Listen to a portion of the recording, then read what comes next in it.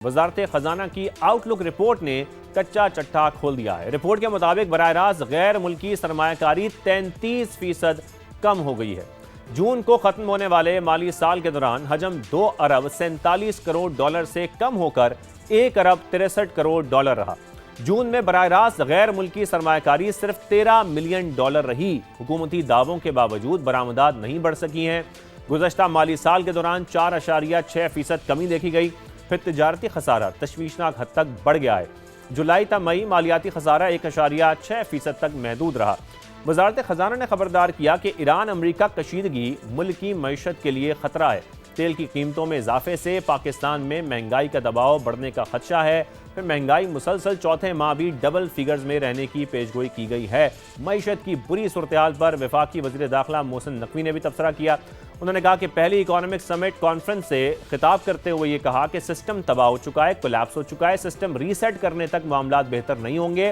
وفاق کا یہ حال ہے کہ جب بجٹ بناتے ہیں تو خسارے کا بجٹ ہوتا ہے اور بات کی جاتی ہے کہ اس سال کتنا قرض لینا ہے، تو کیا یہ ہمارا فرض نہیں کہ اس کو ٹھیک کیا جائے؟ ایک فائل کو 4 سے 5 جگہوں پر رکاوٹوں کا سامنا کرنا پڑ جاتا ہے۔ یہ بھی انہوں نے کہا کہ نئے صوبے یا انتظامی یونٹس بنانے سے معاملات میں بہتری آئے گی۔ بزنس کمیونٹی کو سیاست میں آنے کی دعوت دیتے ہوئے بھی کہا کہ کوئی صنعت کار 10 کروڑ کی فنڈنگ دیتا ہے تو کوئی 50 کروڑ کی، یہ خود آگے آئیں ورنہ 10 سال بعد بھی ایسے ہی مسائل آپ ہمارے سامنے بیٹھ کے بتا رہے ہوں گے۔ کیا کہا آپ کو سنواتے ہیں۔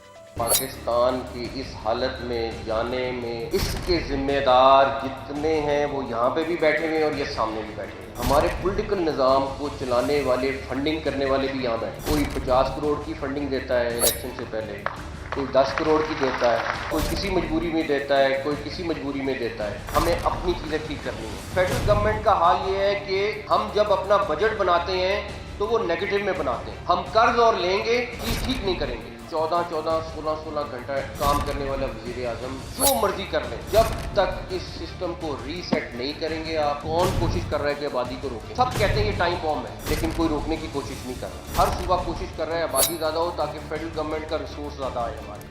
ساتھ میں وزیر اعظم کے کرپشن کے معاملہ اٹھانے کے بعد ایف بی آر حکام بھی جاگ گئے ہیں۔ ادارے میں بڑے پیمانے پر اکھاڑ پچھاڑ کی گئی ہے۔ 199 افسران کو تبدیل کر دیا گیا ہے۔ Chairman F B R Rashid Langrial خود بھی ادارے میں اب تک کرپشن ہونے کا اعتراف کر چکے ہیں۔ وزیر اعظم نے کیا کہا وہ بھی آپ کو سنواتے ہیں۔ فیڈرل بورڈ آف ریونیو، ہم سب جانتے ہیں کہ ملی بھگت سے میسو کرپشن ہے وہاں پہ۔ وسائل جو خزانے میں آنے چاہیے نہیں آتے، اور تھرو کلوژن وہ اربوں نہیں کھربوں کے وسائل جو ہیں سالانہ جیبوں میں جاتے ہیں، اور پاکستان میں غربت جو ہے بڑھتی ہے، مسائل بڑھتے ہیں، مشکلات بڑھتی ہیں، اور اسی لیے ہمیں قرضے لینے پڑتے ہیں۔ قرضے ادا کرنے کے لیے مزید قرضے لینے پڑتے ہیں۔ انہی تمام معاملات پر بات کرنے کے لیے آج ہمیں جوائن کیا ہے سابق وفاقی وزیر خزانہ ماہر معاشیات ڈاکٹر حفیظ پاشا صاحب نے۔ حفیظ پاشا صاحب بہت شکریہ ہمیں وقت دینے کے لیے۔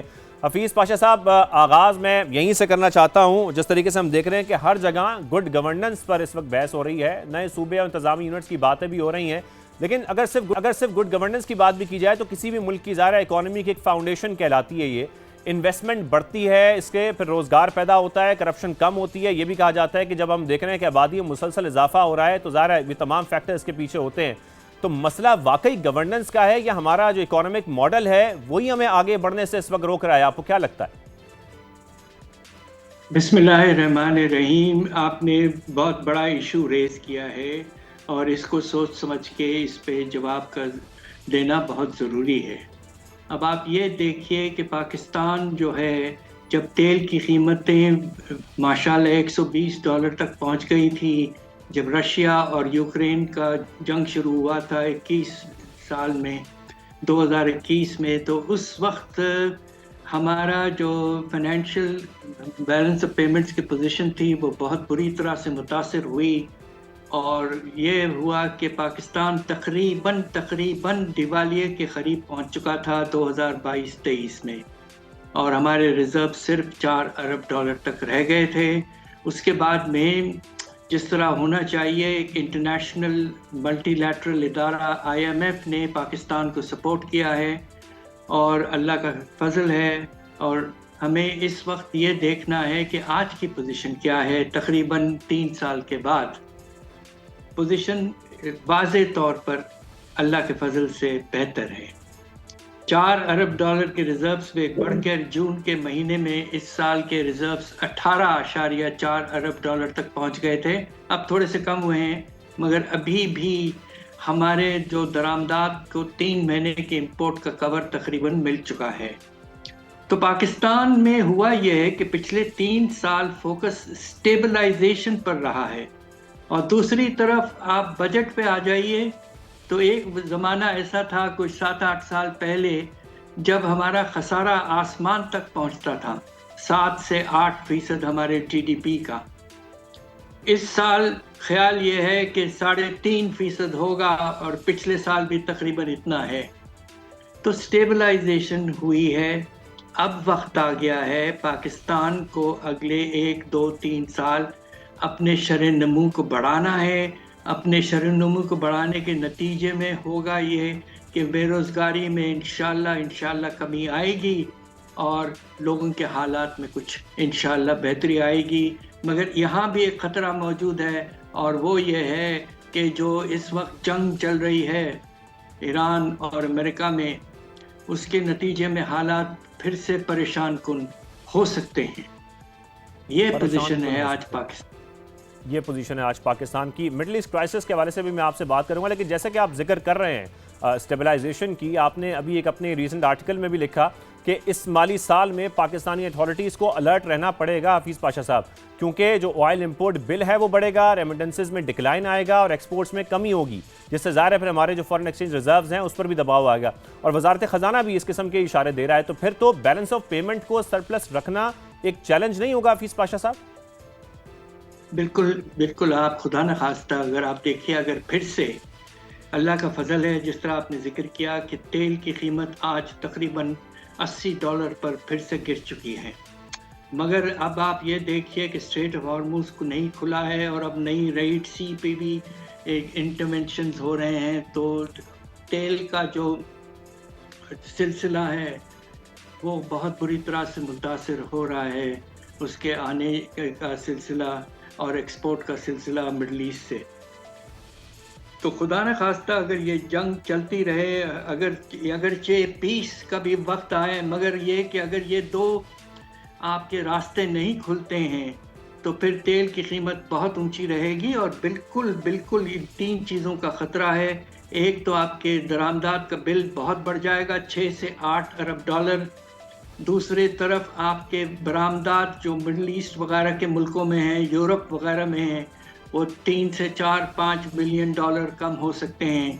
اور تیسری بات یہ ہے سب سے زیادہ پریشان کن کہ یو اے ای وغیرہ سے ریمیٹنسز کا فلو جو ہے وہ واضح طور پر کم ہو سکتا ہے. تو پھر سے خدا نہ خواستہ for no reason, no fault of Pakistan, in fact Pakistan نے تو پوری کوشش کی ہے ماشاءاللہ کہ جنگ نہ ہو، آگے نہ بڑھے اور پیس ہو، مگر اب آپ کیا کریں کہ اس وقت لگ ہی نہیں رہا ہے کہ شارٹ ٹرم میں حالات معمول پر وہاں آ جائیں گے.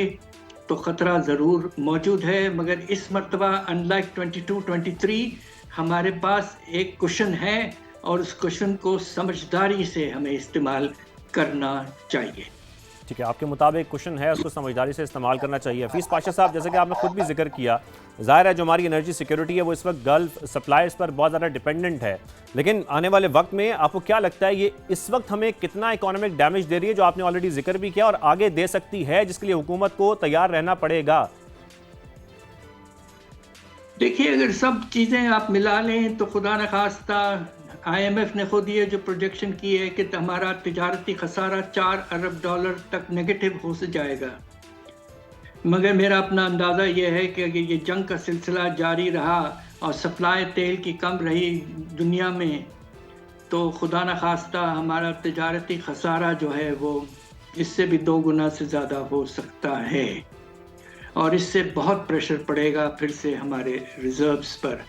تو یہ سچویشن اس وقت بہت ہی جسے کہتے ہیں پریشان کن ضرور ہے. البتہ اچھی خبر آپ نے سنائی اور کنفرم یہ ہے کہ تیل کی قیمت پھر سے $80 تک گر چکی ہے. بالکل اس وقت ہم دیکھ رہے ہیں قیمتیں نیچے آئی ہیں. اب اگر ہم آگے بڑھیں حفیظ پاشا صاحب, وزارت خزانہ کی جو آؤٹ لک رپورٹ آئی ہے اس کو اگر خاص طور پر دیکھا جائے, معیشت کی ایک اچھی تصویر اس میں سامنے ہمیں دکھائی نہیں دے رہی, کیونکہ رپورٹ یہ کہہ رہی ہے کہ براہ راست جو ہماری غیر ملکی سرمایہ کاری ہے اس میں 33% کمی ہوئی ہے. اگر ہم حکومتی بھاگ دوڑ دیکھیں اوور دا ریسنٹ ایئرز تو ہمیں یہ دکھائی دیتا ہے حفیظ پاشا صاحب کہ زیادہ فوکس حکومت کا فورن انویسٹمنٹ پر رہا ہے, لیکن ملک میں کانفرنسز بھی ہوئیں, دوسرے ممالک کے دورے بھی کیے گئے, MOUs پر دستخط بھی ہوتے ہیں, لیکن جو اعداد و شمار ہمیں بتا رہے ہیں وہ کچھ اور ہی ہے. یہ بالکل ایک ڈیفرنٹ پکچر ہے. یہ انویسٹمنٹ لانے میں اتنی ناکامی کیوں دکھائی دیتی ہے آپ کے نزدیک؟ یہ آپ کا بہت مناسب سوال ہے. دیکھیے, پاکستان نے ایک زمانہ تھا اللہ کے فضل سے کوئی تقریباً 10-12 سال پہلے جب فورن ڈائریکٹ انویسٹمنٹ کا انفلو بہت ماشاءاللہ بڑھ چکا تھا, اور خاص طور پر چائنا سے سی پیک کے وجہ سے بہت پیسہ آ رہا تھا پاکستان میں, اور اس کی انویسٹمنٹ ہمارے پاور سیکٹر میں خاص طور پہ ہوئی, جبکہ اس زمانے میں لوڈ شیڈنگ وغیرہ بہت ہو رہی تھی. اب پوزیشن کچھ اور ہے, اور آپ نے بالکل ٹھیک کہا کہ انویسٹمنٹ کا پیمانہ جو ہے وہ تقریباً 35% گر چکا ہے پچھلے سال. اس کے بہت سے وجوہات ہیں. ایک سب سے نئی وجہ یہ ہے کہ پاکستان ایک بڑے جسے کہتے ہیں کہ رسکی انوائرنمنٹ میں آ چکا ہے. ہمارے بارڈر میں ایران ہے, دوسری طرف افغانستان سے ٹیررزم ہو رہی ہے, تیسری طرف سے ہندوستان ہمیں پریشان کر رہا ہے. تو اس لحاظ سے پاکستان سیفٹی کے لحاظ سے, رسک کے لحاظ سے بڑھ چکا ہے. اور دوسری وجوہات یہ بھی ہیں کہ پاکستان میں اگر شرح نمو صرف 3-3.5% ہوگا تو فارن انویسٹر یہ سوچے گا بھائی یہ ہمارے سیل تو نہیں پڑے گی تیزی سے, تو کیوں انویسٹمنٹ کرے وہاں. تو بہت ضروری ہے کہ پاکستان کا شرح نمو جو ہے وہ 5-6% تک پہنچے, تو اس سے ایک مومنٹم پیدا ہوتا ہے. باہر کا انویسٹر سوچتا ہے کہ یہ اچھا بومنگ مارکیٹ ہے, یہاں جاؤ تو پیسے بنا لیں گے. تو یہ وجوہات ہیں, اس کی وجہ سے پاکستان میں فارن انویسٹمنٹ کم ہو چکا ہے. ہم نے ایک بڑا طاقتور ادارہ بھی قائم کیا تھا SIFC, مگر SIFC بھی کچھ خاص کامیابی دکھا نہیں پایا ہے ابھی تک. ٹھیک ہے, اور اس کے لیے کیا سٹیپس حکومت کو فوری طور پر لینے چاہیے, کیونکہ ظاہر ہے غیر ملکی انویسٹمنٹ ہمارے لیے بہت اہمیت رکھتی ہے حفیظ پاشا صاحب؟ دیکھیے, سب سے پہلے تو آپ کو یہ کرنا چاہیے کہ آپ واضح طور پر بہت ہی significant tax holiday foreign investors کو دے دیں. کچھ ملک تو اس حد تک دیتے ہیں کہ 10 سال تک کا ہالیڈے. دوسری طرف ہمیں یہ کوشش کرنا چاہیے کہ جو انفراسٹرکچر وغیرہ کے ریکوائرمنٹس ہوتے ہیں بڑے پروجیکٹس میں, ان کو تیزی سے مکمل کر کے ان کو اویلیبل کریں. اور تیسرا نظام جو ہے جو بہت ضروری ہے وہ یہ ہے کہ کسی نہ کسی طریقے سے یہ خاص طور پہ جو ٹیررزم ہے اس کو کنٹرول میں لانا بہت ضروری ہے. یہ تقریباً پاکستان کے بہت سے شہروں میں پھیل چکا ہے. اب آپ یہ سوچئے کہ سب سے بومنگ سیکٹر مائننگ کے لحاظ سے بلوچستان ہے, مگر بلوچستان میں ریکارڈک پہ کام ہی نہیں ہو رہا ہے. سائنڈک کے بارے میں خبر یہ ہے کہ شاید وہاں بھی کچھ کم ہو جائے, اور اس کی بہت بڑی وجوہات وہاں کے ٹیررزم وغیرہ کے حالات ہیں. تو پاکستان کو peace, security and facilitation, tax reform to support foreign investors, یہ سارے چیزیں ایک پیکج کے طور پر لانا چاہیے. اور کوشش یہ ہونی چاہیے کہ تقریباً 2.5 سے 3 گنا انویسٹمنٹ حاصل کریں, جو کہ ایک سال پہلے یا 1.5 سال پہلے SIFC نے کہا تھا کہ ہم $5 ارب تک کم از کم انویسٹمنٹ لے آئیں گے. ایسا نہیں ہوا. صحیح. حفیظ پاشا صاحب, ابھی ریسنٹلی اکانومک سمٹ کانفرنس ہوئی, اس میں بہت ساری باتیں ایک ہمارے وزیر نے کی. وفاق کا یہ حال, انہوں نے کہا کہ جب بجٹ بناتے ہیں تو وہ خسارے کا بجٹ ہوتا ہے. صرف اتنی بات کی جاتی ہے کہ اس سال کتنا قرض لینا ہے, اور پھر 10 سال بعد بھی مسائل ایسے ہی رہیں گے. یہ انہوں نے اکانومک سمٹ کے اندر تمام بزنس کمیونٹی سے مخاطب ہوتے ہوئے یہ بات کہی. آپ اسے اتفاق کرتے ہیں کہ جس طرح معاشی ٹیم اس وقت چل رہی ہے, ہمیں اس لو گروتھ ٹریپ سے نہیں نکلنے والے بہت جلد. ظاہر ہے یہ تو پھر ایسا ہی میسج ہے کہ یہاں انڈسٹری بھی نہ لگاؤ, انویسٹمنٹ بھی نہ کرو اور بزنس بھی نہ کرو. اس سٹیٹمنٹ کو آپ کیسے دیکھتے ہیں؟